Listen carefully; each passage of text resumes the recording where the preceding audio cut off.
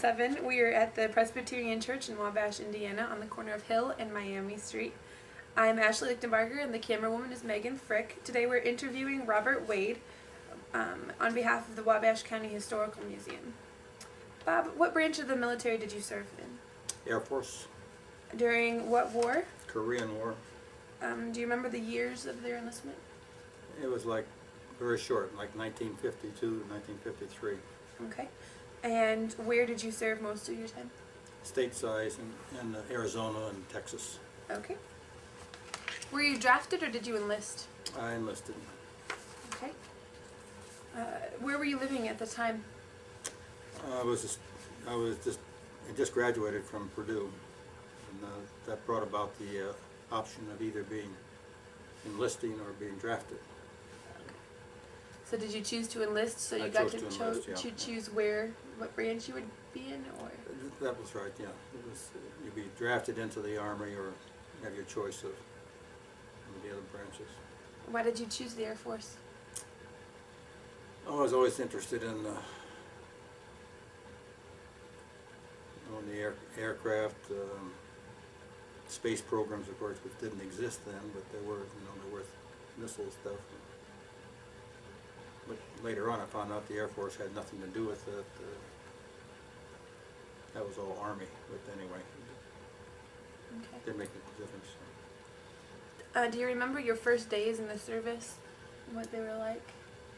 Yeah, the first days are kind of like you see in in all the movies. You have these guys screaming at you all the time and telling you exactly what to do and exactly how worthless you are and all those things to browbeat you. Yeah, it's exactly like that. Okay. Did it change after the first few days in training, or was it like that throughout the whole boot camp?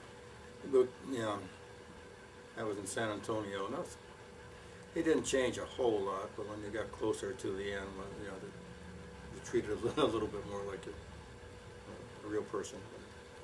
Okay. What was your assignment during the war in stateside? I just worked in radio maintenance. Okay.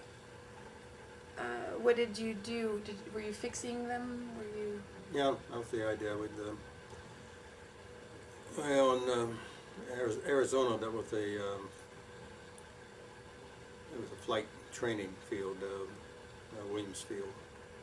So they had the pilots are being trained, and typically we would go out on and get in the aircraft and check the radio, see if they worked, and if they didn't, do whatever it took to get them working. Okay. Did you learn how to fly when you were in the Air Force? No, I was an enlisted man. Even though I had a degree in chemical engineering, I had previously I had eye injuries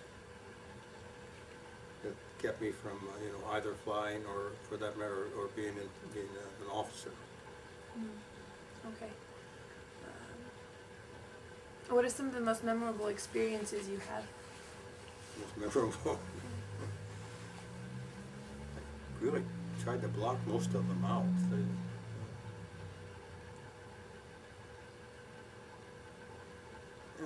In the Air Force, we had little contact with with rifles. But we did go to the rifle range a couple of times, so I remember that.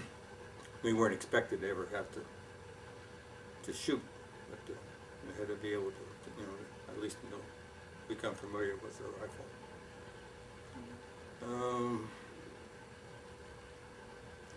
I remember how hot it was when we got to Arizona. When I left Texas, it was part of the rules that you ever had to dress in your dress blues. And then we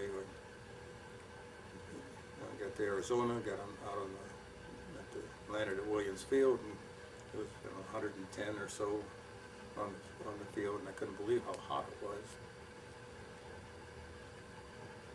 Then what I was really impressed by, after we were there a few days, of course, normal dress was just in the fatigues. I noticed all the guys that were there, they had these huge patches of perspiration all the way down their sides. I had none. It took me about a month to become acclimated, and then I would join them. I was just another sweaty guy. Yeah. Was it the difference in humidity? Yeah, very dry. Okay. You know, the air conditioning units that they had were, because of the low humidity, they just had a big fan on the side of the building with in a box, open box with, it was covered with burlap, and they just sprinkle water down that, and just by evaporation, it cooled the quarters. It worked pretty good. But you have to have like zero humidity for them to work that well. Right. And coming from the Midwest, that's kind of interesting, I suppose. Had you traveled a lot before you went to boot camp in Texas and then went to Arizona? Outside of Ohio? Yeah, I was born in Ohio, but I was raised in Indiana.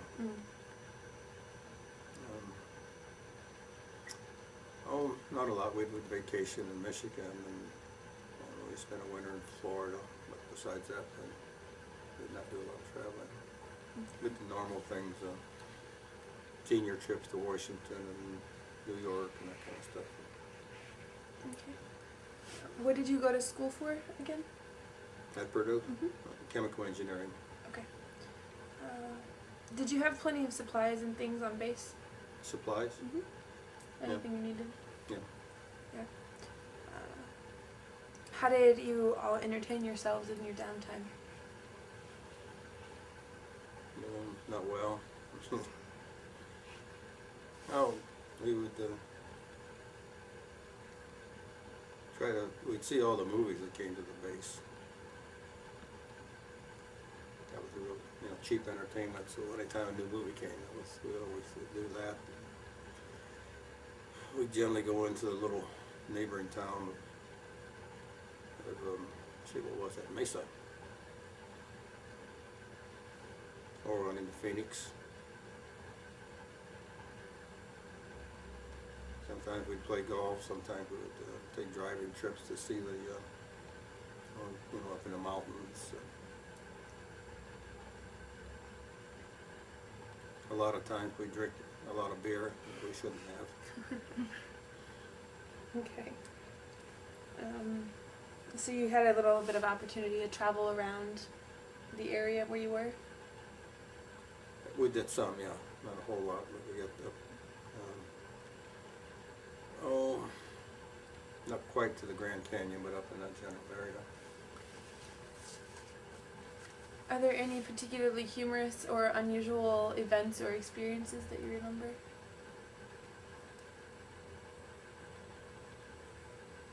I was I was surprised that I guess at the number of pilots that crashed.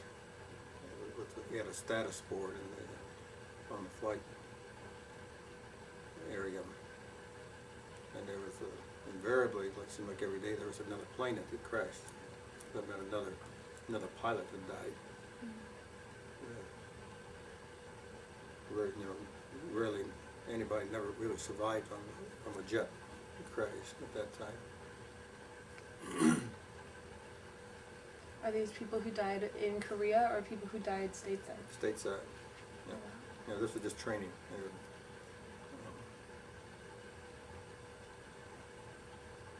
Did you see many people who returned from war back home? We had just a couple in our group that had been to Korea and returned. One of the surprising things was that it was easy to get rank in Korea, and that was a normal thing, I guess. One of the guys that came back with I forget what the equivalent was, staff sergeant or something like that. About that time, the Air Force decided to start having tests to qualify people for these ranks. And this poor guy didn't have a chance. He couldn't. He was. I doubt if he ever graduated from high school, would be my guess. But he was faced with that, and I don't know how that ever did turn out, but I think he kept his rank, but They wouldn't demote him. I don't believe they did, but I kind of lost contact with him. Did you make any close friendships with people you were working with, your officers? Not too close. You know, we got together with a couple of my buddies, probably a couple of years after the discharge, but never maintained the.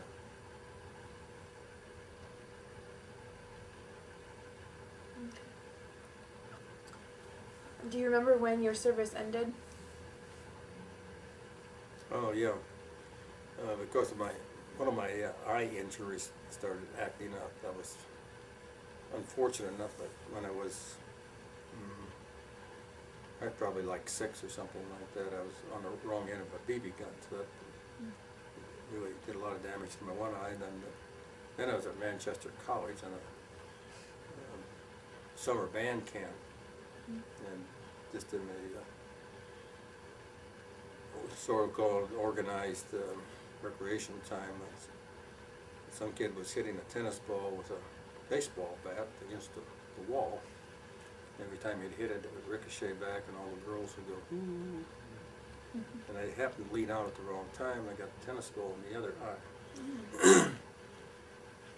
So that, I almost lost my vision then, but it did come back. And then after I was in this Air Force for, I don't know, maybe 9-10 months, it started losing my vision in that eye, and that led to my early discharge. Okay. Fortunately, it stabilized, and it stabilized for another, I don't know, 40 years. Mm-hmm.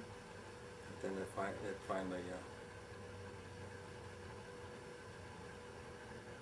what would you say, degraded. Started to deteriorate some more. What did you think of your fellow officers and your soldiers?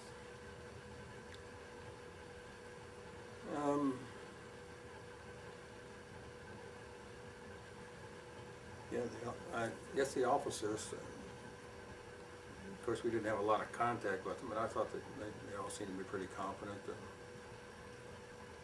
And the non-commissioned officers, they mostly were career men, and I think they did a pretty good job. It was kind of interesting though in the shack, we always called it the radio shack, but we had probably 6 or 8, maybe 10 guys there, I'm not sure. And we'd simply wait there until until we were called upon. And the master sergeant was in charge of the group. He would cut guys' hair. Like, I don't know if he studied and wanted to be a barber someday, you know. So there he was cutting hair on a flight line. Then he was taking a course in, I think it was in algebra. So I tutored him during the day, try to get him to pass the test, which he didn't. That didn't help me too much. Okay. So you got along well with your fellow soldiers? Yeah. Even though you didn't keep in contact after, you were in a decent relationship? Yeah. Oh, excuse me.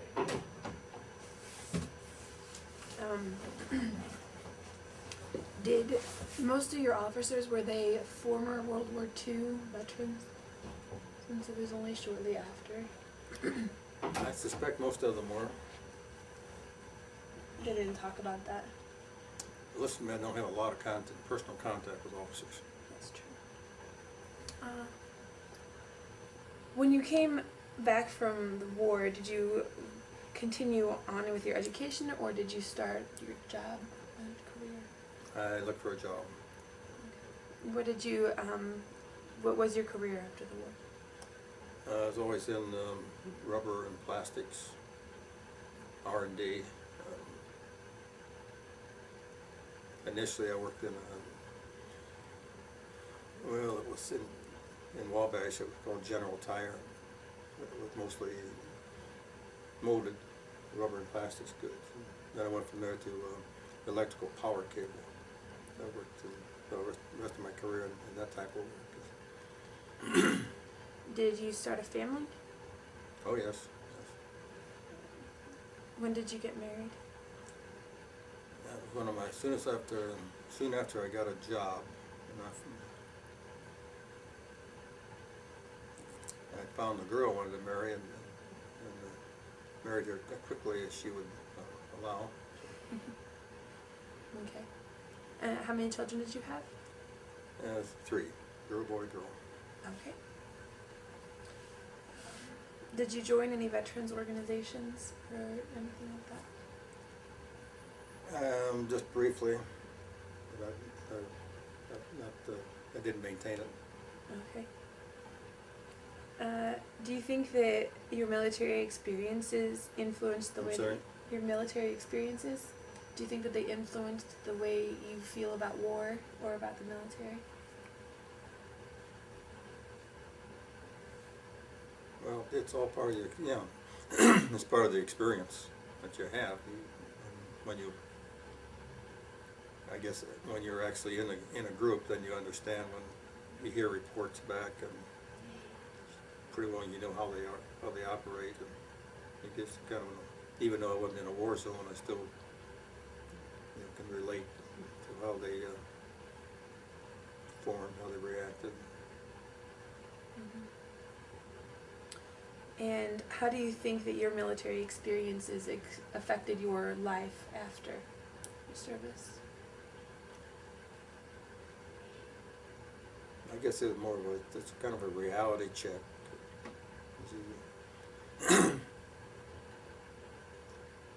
When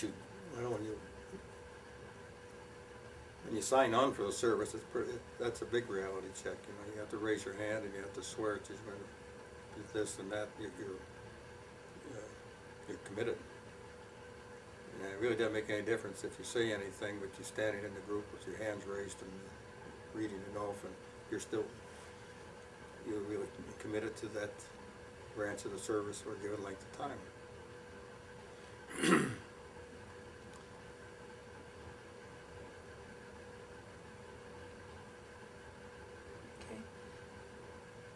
Okay. Since your service ended early because of your eye injuries, did you still have to do things with the military? Were you still on call or something of No. that nature? No. You were discharged early? Totally, yeah. Totally. Okay. Are there any other things that you would like to say about your military service or about that time in your life or anything like that?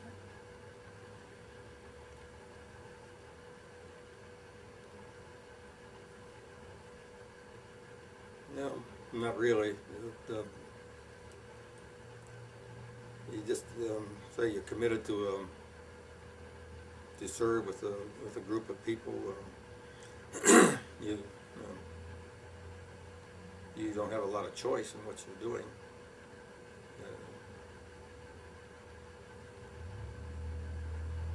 Like anybody else, you just pretty much the military. You do what you're told. And you just do it the best you can. And go with it. Is that a hard lifestyle?